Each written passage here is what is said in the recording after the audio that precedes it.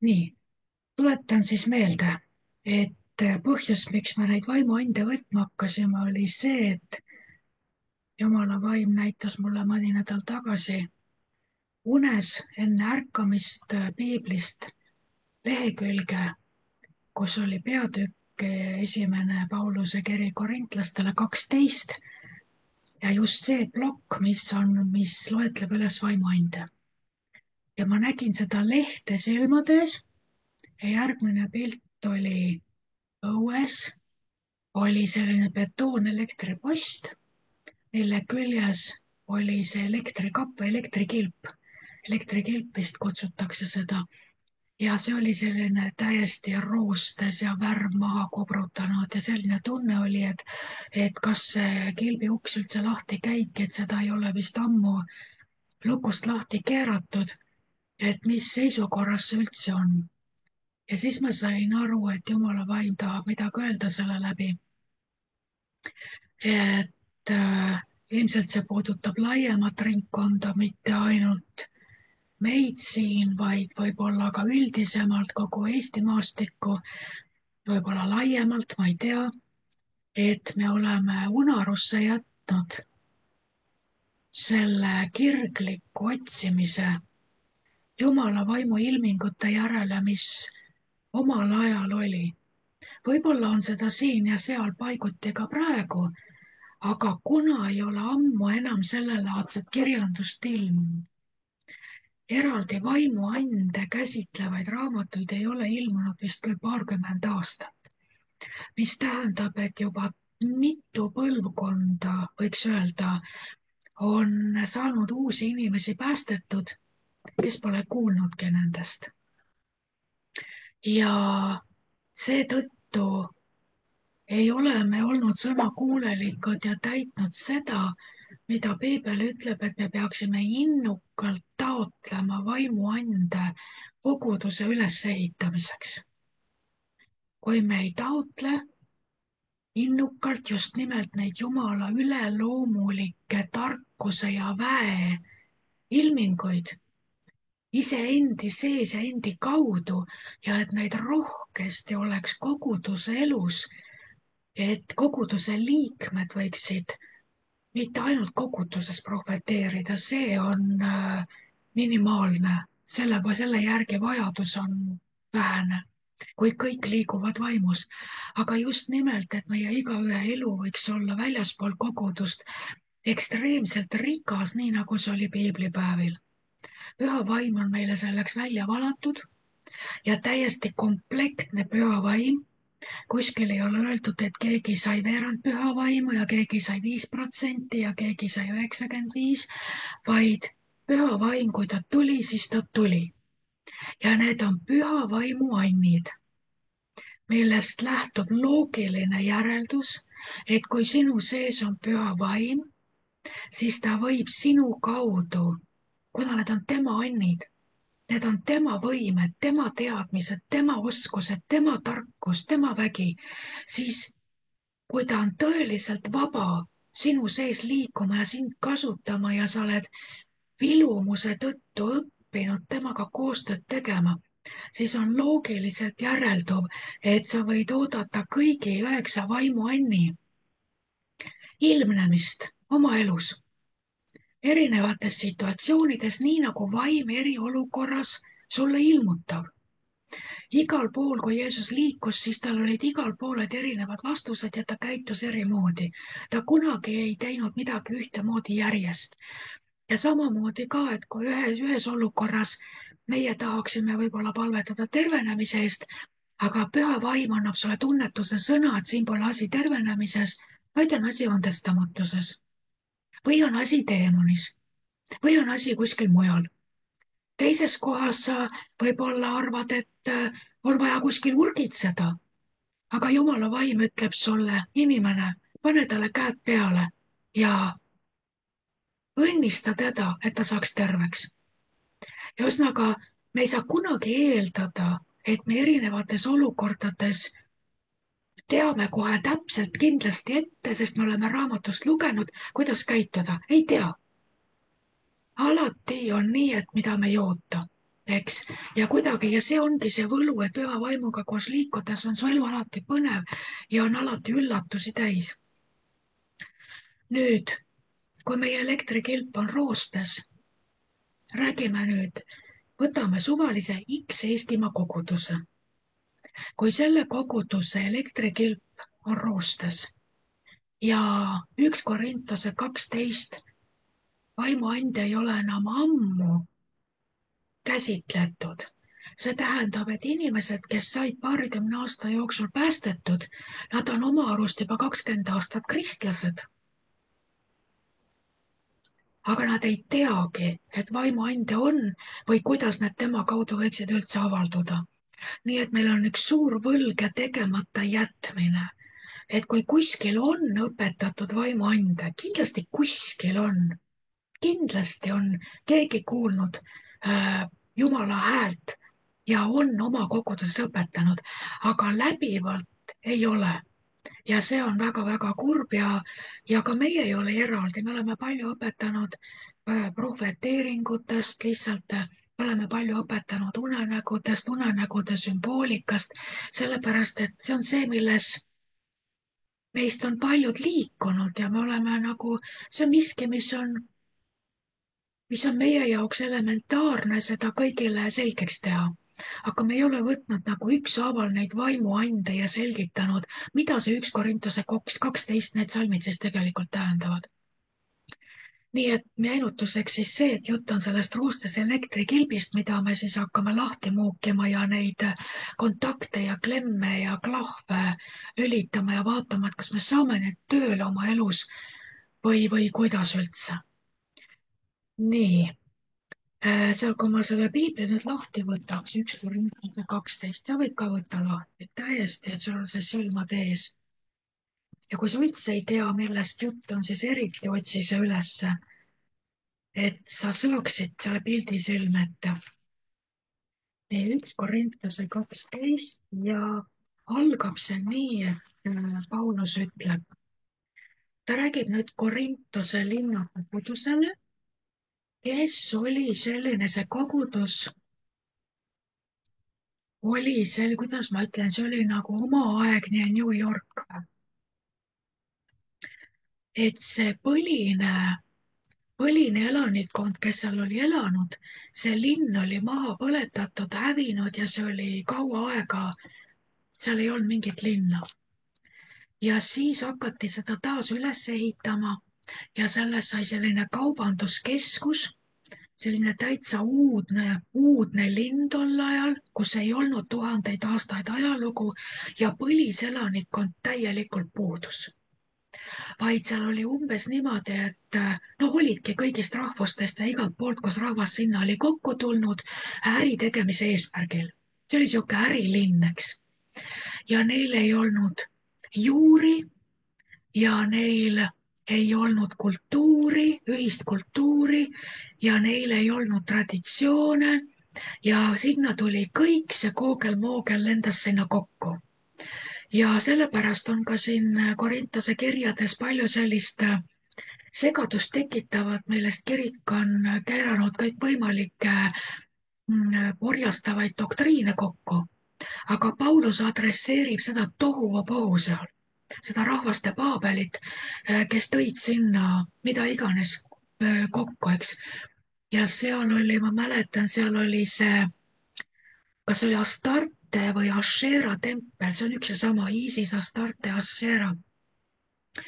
Diana, ma ei tea, seal oli selle naisjumalanna tempel, kus oli niimoodi, kus teenis 2000 prostituuti, kes igal õhtul valgusid siis linna laiali. Ja need olid siis need templi prostituudid ja nad teenisid siis seda nii-öelda seda jumalannat. Ja minu meelest olid seal ka meesprostituudid, kes kandsid naiste riideid ja ühesõnaga see oli selline paik. Ja nüüd kujutate ette, kui sinna jõuab evangeelium ja tekib värske kogudus. Sa kujutad ette, mis karvased ja sulelised seal kõik koos on, vast päästetud. Seal puuduvad patriarhid, puuduvad need, kellel oleksid nii-öelda põlvkondade selline usk. vanaisad, vanaemad, kes on elanud väärikalt, teeninud Jumalat. kõik algab nullist, täiesti ilma alusteta. nagu üks hüppab ühtemoodi ja teine hüppab teistmoodi, eks. ja Paulus hakkab nendega siin rääkima. kuna siin nendest Korintuse kirjadest tuleb välja ka seda, et seal oli palju valevaime, ta hoiatab seal nende eest ja ütleb, et kui keegi ütleb, et neetud on Jeesus või midagi sellist, siis see ei ole Jumala prohvet. seal olid need, kes nii-öelda liikusid ka vaimuandides, aga hoopis teise vaimuandides. ja tulid ja väitsid koguduses igasuguseid asju, umbes nagu see nõid Siimon, mis iganes, et valetunnetus nii-öelda ja vale vaimuilmutused, umbes nagu täna või mitte ainult täna.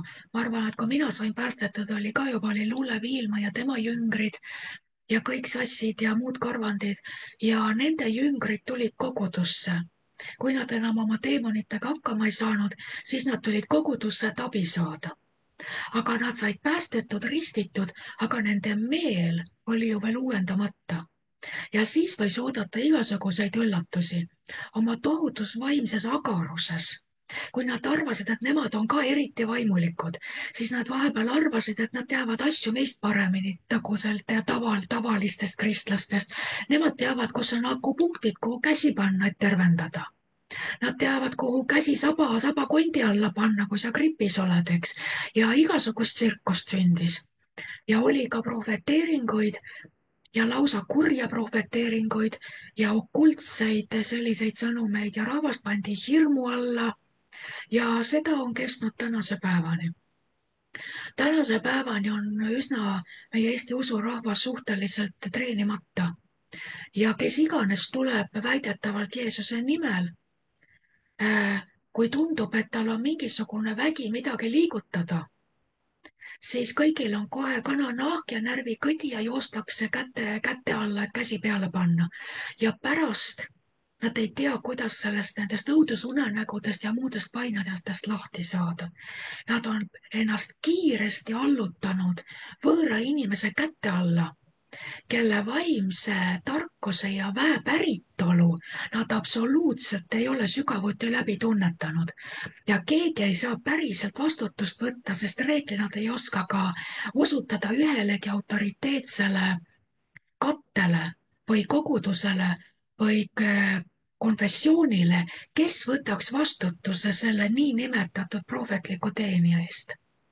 nii et ma arvan, et seda sousti ja seda õnnetust ja jama ja lõhenemist on tulnud kogudusse nende aastate jooksul liigagi palju. sest üks, mis on selle valeprohvetluse tunnus, isegi kui ta tuleb ja räägib harda häälega Jeesuse armastusest, ega sa ei tea, mis Jeesust ta tegelikult mõtleb, aga isegi kui ta räägib, sa ei tea tegelikult, mis vaimus ta võib liikuda või sa ei tea, kus kohas võib tema elu veel olla kinni. kui sa ei tunne teda ja sa ei ole saanud Jumala vaimult väga selget juhist ja käsku minna ette, siis kui sa seda teed omal algatusel,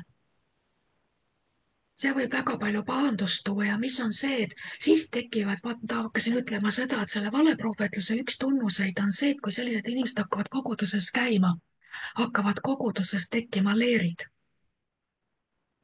on ühed, kes fanaatiliselt pooldavad seda uut karismaatilist tegelinskit, kes tuleb ja segab natuke vett ja tekitab natuke erutust. ja siis on need, kes on ettevaatlikud ja kellel on üsna mõistlikud vastuargumendid ja küsimused. aga tavaliselt tembeldatakse nad kohe religioosseteks ja nad lükatakse kõrvale ja siis tekib sõda ja lõhenemine ja pahandused ja ei ole haruldane ka see, et mingi seltskond marsib minema mingi oma uue guru järgi ja nad moodustavad oma grupeeringu ainult selleks, et mõne aasta pärast täielikult verisena, haavatuna alandatuna tagasi roomata. Ja paraku on loomulik kadu ka, kõik ei tule enam tagasi. Nii et sellele, et me ei tunne vaimuande ja me ei oska eristada vaime ja me ei tunne tegelikult taevakultuuri, taevariigi sügavat kultuuri, sellel on olnud väga ränk hind. See, mis on toimunud, see on suures osas olnud lihtsalt üks tohutu laste haiguste paraad.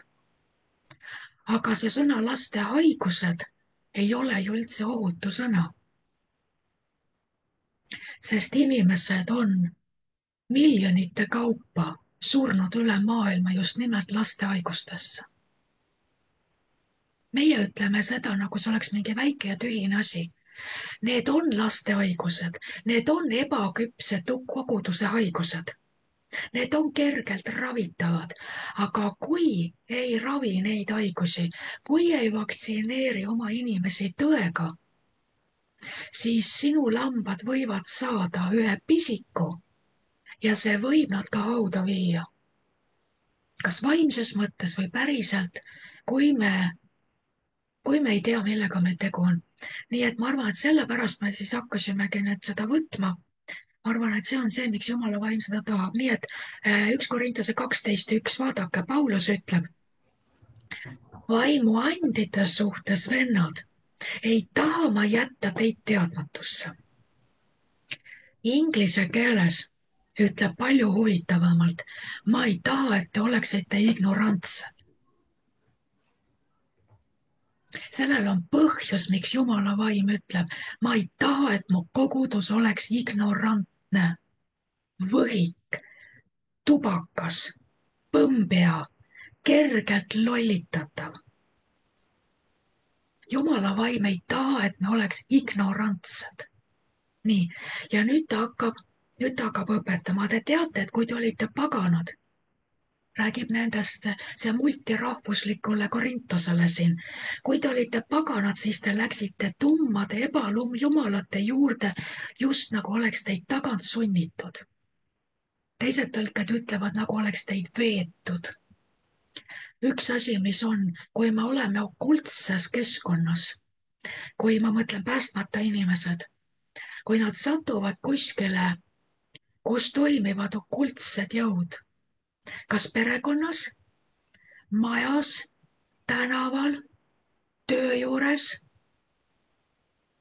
kuskil on mingi keskus, siis see piirkond on või see perekond või suguvõsa on teatud vaimse tsunfti mõju all.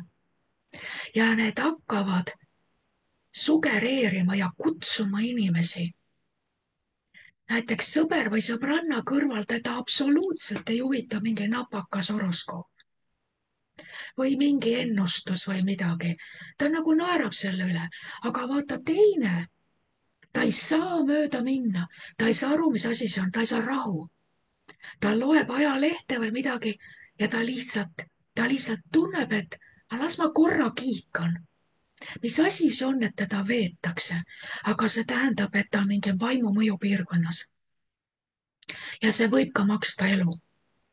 Ma ütlen, miks see võib maksta elu kõige drastilisemal viisil, on see, et kui inimesed ei saa aru, mis vaimudega neil tegemist on ja neid veetakse uskuma ennustusi, horoskoope, astroloogiat, kõiki selliseid asju, sa võid otse kohe surma minna. Sest et kui mina sain päästetud täpselt siis enne seda, kui Estonia põhja läks. Ja Kadrina koguduse pastor oli tol ajal värskelt karjaseks õnnistatud Ilmar Tomusk. Ja tema töötas siis Kadrina IPT-s tegevdirektorina ja temal oli laua peal, teate, see asutuse kalender, kus lehti keerad. See lauakalender. Ja ta ütles, et sellel päeval, kui Estonia merele läks, seisis seal all, sest juba 1994. aastal oli kõik see astroloogia ja horoskoobid ja kõik oli juba populaarne. Seal selle päeva all oli kirjas parim päev merereisi alustamiseks ja uute armusuhete alustamiseks. Kas te kujutate ette, Eesti rahvas oli väga näljane juba siis vaimsete asjade järele. Ja see kalender oli kõikides asutustes. Kujutate ette, kui inimesed, kellel oli mõte minna kas asutuse reisile või mingil põhjusel minna Rootsi, minna teha see kruiisireis näiteks, ja nad ütlesid, voh, näe, see päev, parim päev merereisi alustamiseks, tähtede seis soosib.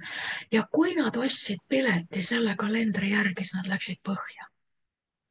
Vaadake, mismoodi teeravid, need ebajumalad, need vaimsed mõjutajad võivad viia inimese surma. Nii et ta läheb nagu ajudeta lammas lihtsalt tapale. Inimesed on pandud ennustamise läbi paari psühhopaatidega, sotsiopaatidega, pervertidega. Sest ta ei osanud kuulata oma enda sees püha vaimu hoiatust, vaid uskus kellegi väidet, et Jumal seda ütleb, aga see ei olnud Jumal. Nii et meil on ka inimohvrid seetõttu. Ja siin Paulus ütleb, et te läksite nende ebajumalate juurde, nagu teid oleks tagant sunnitud või inglise keeles nagu teid oleks veetud. Kui sina tunned, et sinu sees miski lihtsalt ei anna rahu sulle, sa lihtsalt pead vaatama, mis mingi tähtede seis või mingi aastahoroskoop sulle ütleb, siis ma ütlen sulle kindlalt, sul on sidumine. Sest normaalset, tervet, vaba inimest need asjad ei sikuta. Aga sul on keegi visanud väikse konksu taha, kas kuskilt seltskonnast, lapsepõlvest või suguvõsast, või oled sa käinud kuskil mingi sensitiivi juures, sul on konks küljes ja pärast seda sa lihtsalt tunned, et sa tahaks kogu aeg natuke kiigata ja nokitseda selle teema kallal. Ja kui keegi ütleb, et see on jama, siis sa püüad õigustada seda ja öelda, aga ei ole nii. Aga miks ei või olla nendel kividel oma energia? Aga miks ei võinud Jumal panna tervendavatesse kividesse oma energiat? Ravimtaimedes ju on. Ei ole mingit energiat. Jumal on otseselt pannud sinna keemilised ühendid. Kui me teame ravimtaimi, me teame, et seal põdrasammal on rõga lahtistav, raudrohi aitab, eks ole. Ja me teame konkreetseid asju, seal ei ole mingit nõidust, kui sa ei loitsi ja ei posi sinna nõidust juurde. Eks, on täiesti selged ja loogilised asjad. Jumal on selle niimoodi seadnud, see on loodus. Seal ei ole müstikat, seal ei ole vaime, seal ei ole energiat ja me ei kummarda neid asju. Eks, aga ära tule mulle rääkima, et kivil on energia ja vibratsioon, et kui sa võtad tervendava kivi kaasa, siis on see päev sulle õnnistatud. Vot kõik see ebausk, kui inimesel on tahtmine vaielda, õigustada, vastuollu minna teistega, kaitstes mingisugust lemmikmõtteviisi, siis on tal kindlalt okultne sidumine, ta vajab vabastust. Esiteks ta vajab meeleparandust ja ta vajab vabastust. Nii, ma vaatan, mis ma veel siis tahan siin öelda, et ma jälle siin aega lõhki ei aja. Ma ei jõua jälle täna kuskile, Jumala vaim lihtsalt toob mul üles asju, mida ma ei plaaninud rääkida. Nii, see 1 Korintuse 12 eelmine kord, kui meil oli see koosolek eelmine kolmapäev, siis me ütlesime, et see oli mõeldud mitte üksikisikutele, vaid kõigepealt peab kogudus olema sellest teadlik, mis paneb vastutuse juhtidele. Mitte lambale, kes peab üksi minema omale toitu otsima. See on juhi vastutus, et tema kogudus ei oleks vaimuandide ja vaimse eristamise suhtes ignorantne. Miks meil on oluline kõiki neid ande mõista, teada, kuidas nad toimivad ja osata nendes opereerida ka ise? On see, et juba Vanas Testamendis Jumal ütles oma rahvale õnnistuste peatükis Iisraelile ja meie oleme täna poogitud samasse rikkasse väärisõlipuusse, Abrahami sooõlipuusse, et me saame osa samast rikkast juurest ja pärandist. Nii et need tõotused, mis käisid toona Iisraeli kohta, voolavad täna ka meie veres, sest meid on poogitud samasse puusse, Kristuse rikkasse õlipuusse, eks. Ja Jumal ütles, ma panen teid peaks ja mitte sabaks. Te olete alati üle, ma viin teid üle, ma panen teid üle ja mitte alla, eks ole, te lähete aina ülespoole ja mitte allapoole. Miks ta ütles, ma panen teid peaks? Kuidas Kristus on ju pea? Jumal ütles, ma panen teid peaks. Ei saa olla kahte pead. Mida see tähendab? Siin ei saa olla vastuolu. Kui Jumal ütleb meile täna, ma panen sind peaks ja mitte sabaks, kas see tähendab, et sina oled uus Kristus? Et Kristus, tema poeg, ei ole enam pea? Kuidas saab olla? Aga vot see on see, et sinu meeled, sinu silmad, sinu kõrvad, sinu suu, sinu tunnetus on täielikult üks sinu peaga, kes on Kristus.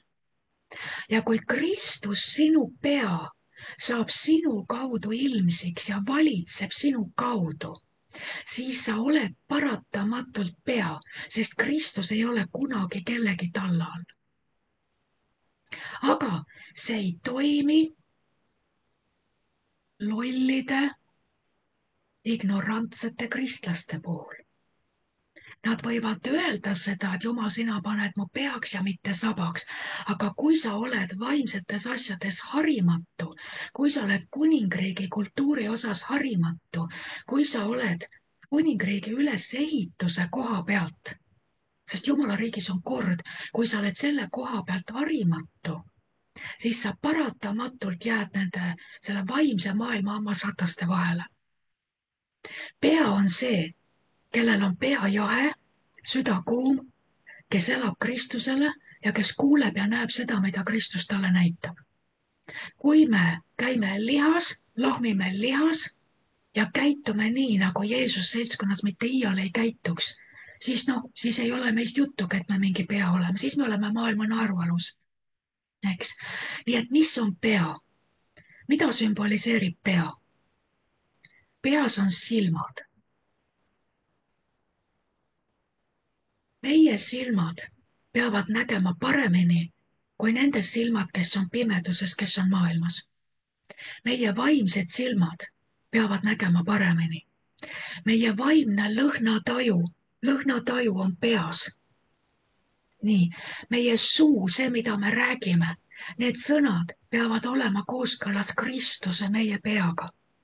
Meie kõrvad, peas on kõrvad. On nii, seega meie kuulmine peab olema selline, nagu on taevas, nii ka maa peal.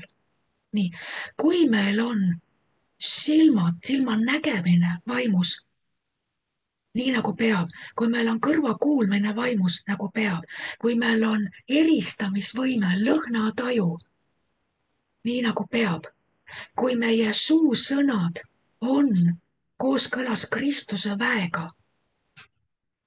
siis ei ole võimalik, et sa ei ole pea. Sa ei saa jääda sabaks, sest kui sa liigud vaimuandides, vaadake, kus oli Daniel.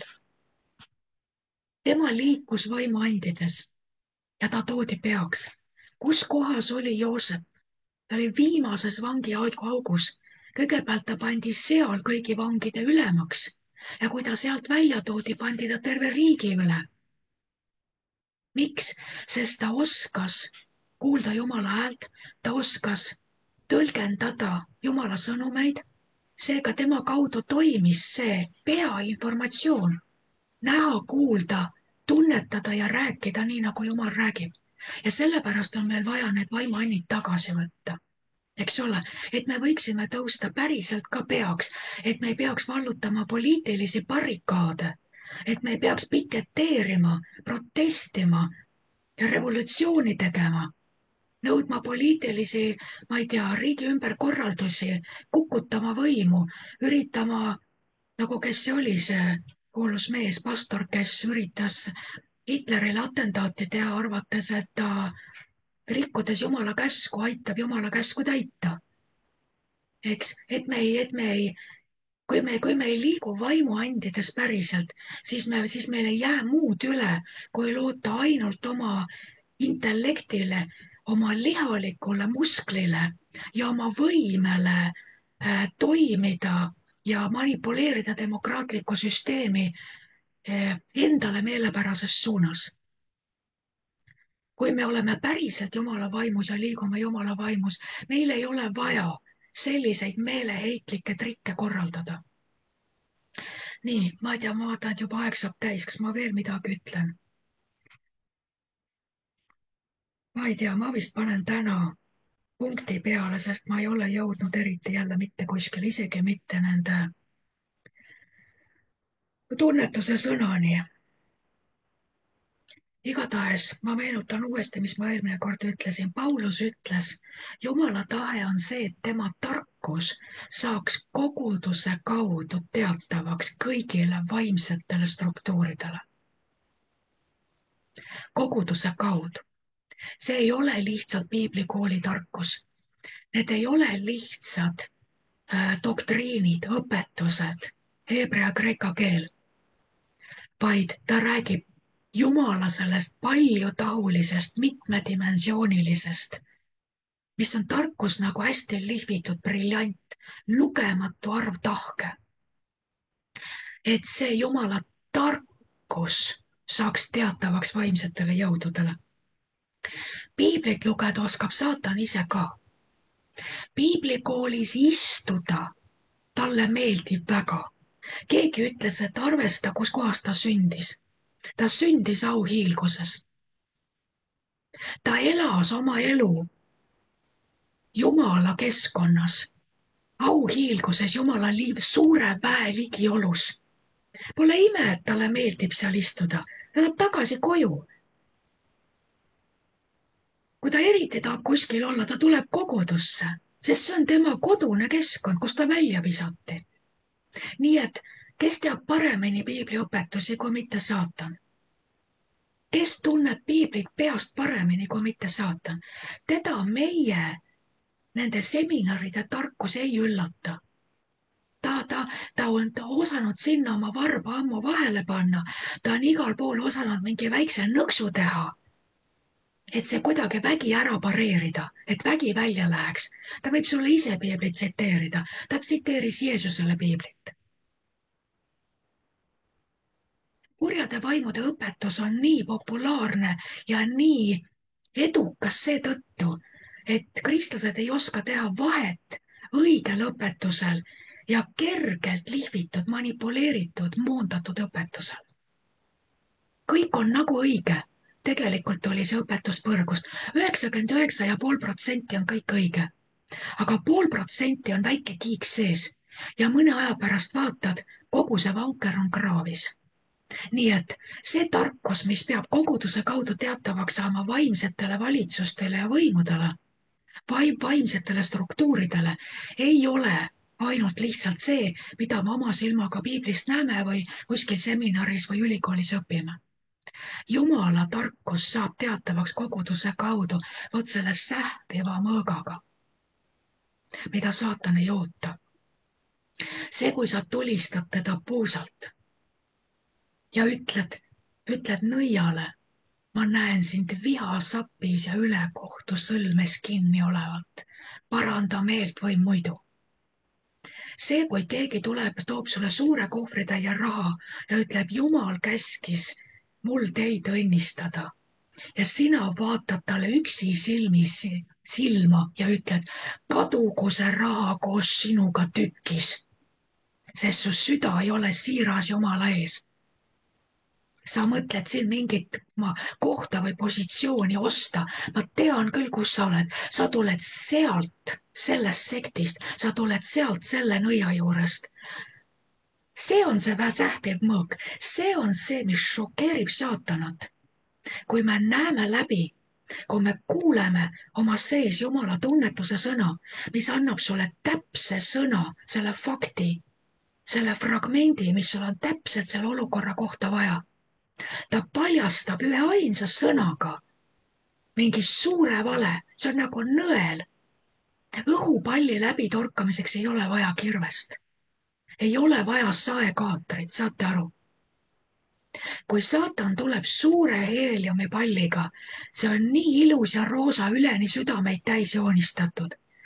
sina võtad taskust nõela ja see väike nõel on see tunnetuse sõna, üksainus sõna ja plaks käib ära. Ananias ja Safira kukuvad surnult maha. See on see, mida Jumal ütleb, et koguduse kaudu ta tahab, et tema võimas tarkus hakkaks meie kaudu ilmsiks saama kõigis olukordades, iga kell. Et tõesti me oleme võimelised nii-öelda puusalt rabama ja tulistama mitte inimesi, vaid vaimus, vaimset maailma. Et me tunneme ära, millega meil tegu on. Näideteks meil aega ei ole, aga me jätkame kas või aasta lõpuni, kuni me selle seeriaga lõpule saame, olete nõus?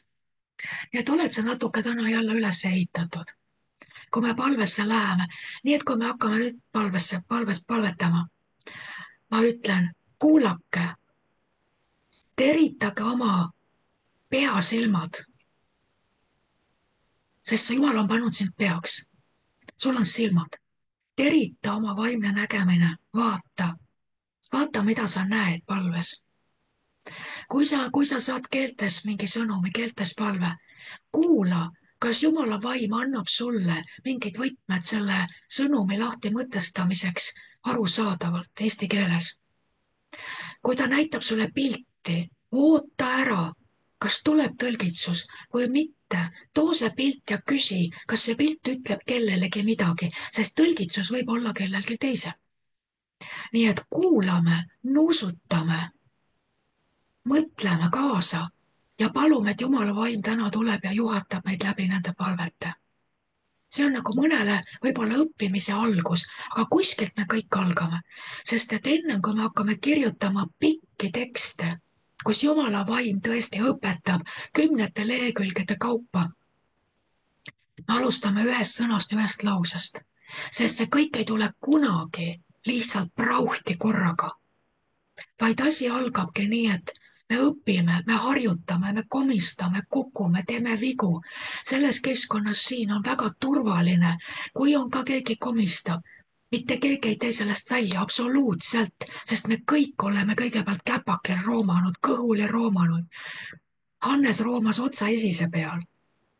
Kui õppis roomama, eks, pole vahet, kuidas me roomame.